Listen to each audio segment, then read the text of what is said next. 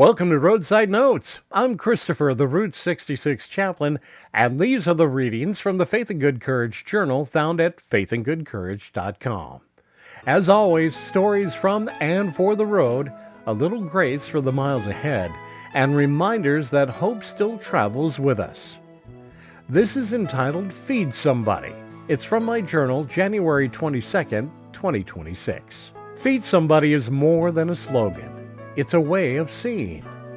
During the Christmas season last month, somewhere along US 95, I pulled into a grocery store parking lot to drop off a few cans for the local food pantry that I had heard about on my local radio station that was in desperate need for the holidays. When I got out, the desert air smelled like dust and diesel, and the sun, as always, its usual Arizona impression of an interrogation lamp. Inside it was quiet. The kind of quiet you hear when folks are counting pennies in their head. A man stood at the checkout with a single can of soup and a handful of coins. His shirt was clean, but tired. His eyes even more so. He smiled at the cashier like it was normal, like dinner often came down to exact change. He spoke first. "Cold night ahead," he said. He said it almost cheerfully. "Soup will do the trick." And there it was, Matthew 25 in aisle number 4. Not a sermon, not a headline, just a man, a can of soup, and the quiet ache of a world that keeps asking us to notice. I bought a few more cans and left them in the donation bin by the door. On the way out, I saw the same man sitting on the curb eating that soup right out of the can.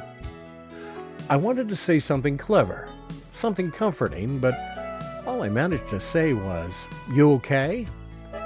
He nodded. "Yeah, just needed to feel full for a minute." That line stayed with me all the way back to Route 66. Full for a minute. We chase big miracles while the small ones sit there, right in front of us, waiting to be handed across the counter. Feeding the hungry is not about saving the world in one giant sweep. It's about refusing to look away, one person at a time. Later that night, I stopped at a diner off the highway. Half-empty coffee pot, half-tuned jukebox. The waitress looked kind of worn down, but smiled anyway. Across the counter was a trucker. He slid his plate aside and asked for a to-go box. Then, quietly walked out, handed the food to someone outside. No speeches, no applause, just a simple exchange of dignity. Watching that, I realized just how ordinary holiness can look when no one's trying to put a brand on it. Maybe this is what Jesus meant. Small kindness multiplied until it fills a nation of empty stomachs and tired hearts. The truth is simple.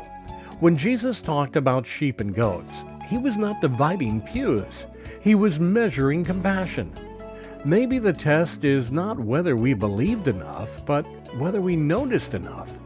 Whether we fed the hungry when we met them in the checkout line, on a cold curb, at the edge of our plans. Feed Somebody is not charity from on high. It is recognition. A brother, a sister, a mirror. Every sandwich, every grocery drop-off, every spare dollar coffee you hand to someone shivering on a curb is the gospel with sleeves rolled up. You do not need a perfect answer. You need a willing heart, a shopping basket, a courage to stop. In my roadside reflection, if you're looking for a place to start, begin small. Pick up an extra can. Ask your local pantry what they need. Carry shelf-stable snacks in your car. Keep a list of nearby resources.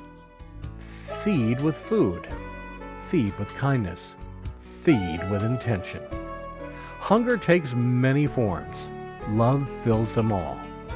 We don't need a burning bush to hear God speak.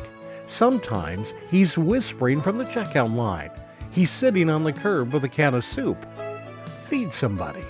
Feed them with food. Feed them with kindness. Feed them with attention. Because hunger does take many forms, and love, in all of its ordinary ways, still fills them all. If you need some scripture behind this practice, read Matthew 25:31 through 46. It is plain enough that even a weary traveler can understand it before the coffee gets cold. Travel well, my friends. Have faith and good courage.